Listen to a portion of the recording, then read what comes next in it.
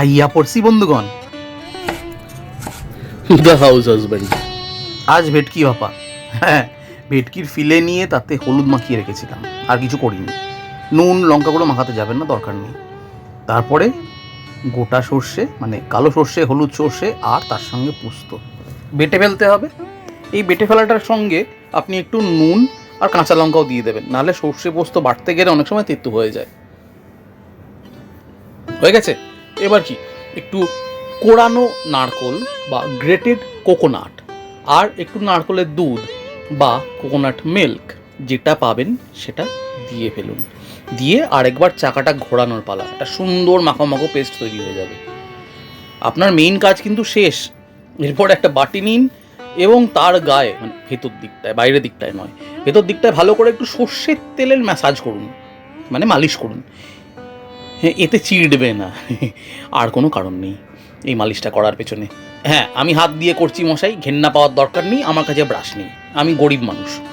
এবার তার মধ্যে একটু সর্ষে পোস্ত ঢালবো, 2 পিস মাছ দেবো, তারপর আবার একটু সর্ষে পোস্ত ঢালবো, আবার একটু মাছ দেবো। এরকম করে করে যতক্ষণ না সবকটা মাছের পিস চুবে যাচ্ছে ততক্ষণ চালিয়ে যান। সবকটা মাছের পিস যেই চুবে যাবে, তারপরে ওপর থেকে একটু সর্ষের তেল ঢালবেন, 2টো কাঁচা লঙ্কা ঢালবেন, আর শেষ করতে হবে রান্না। তারপরে যাই হোক, তবে এই রান্নাটা কিন্তু প্রচণ্ড নস্টালজিক মশাই। মানে এটা, একে তো ভেটকি খুব তাড়াতাড়ি সেদ্ধ হয়, তাড়াতাড়ি নরম হয়ে যায়, আর দ্বিতীয় কথা হচ্ছে কাঁটা নেই। এই জিনিস পেয়ে গেলে মশাই এক থালা ভাত এমনি উড়ে যায়, আর কিছু লাগে না। ব্যাস। এই হ্যাঁ, সর্ষের তেল ঢেলে ফেলেছেন তো, 2টো কাঁচা লঙ্কা দিন। আর এবার এটাকে আপনি অনেক রকমভাবে করতে পারেন।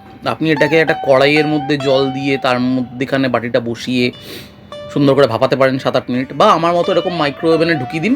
আমার মতো লেজি পার্সন এটাই করে, মাইক্রোওভেনে 7 মিনিটের জন্য, 7 থেকে 8 মিনিটের জন্য ঢুকিয়ে দিলাম, গল্প শেষ। বারবার করতে যাওয়ার দরকার নেই, বার করে একবার চেক করে নিন নিচটা লেগেছে কিনা। লাগবে না, কারণ তেলের ম্যাসাজটা করেছিলাম, মনে আছে তো? হ্যাঁ, মাছও আমার সুন্দর নরম হয়ে গেছে।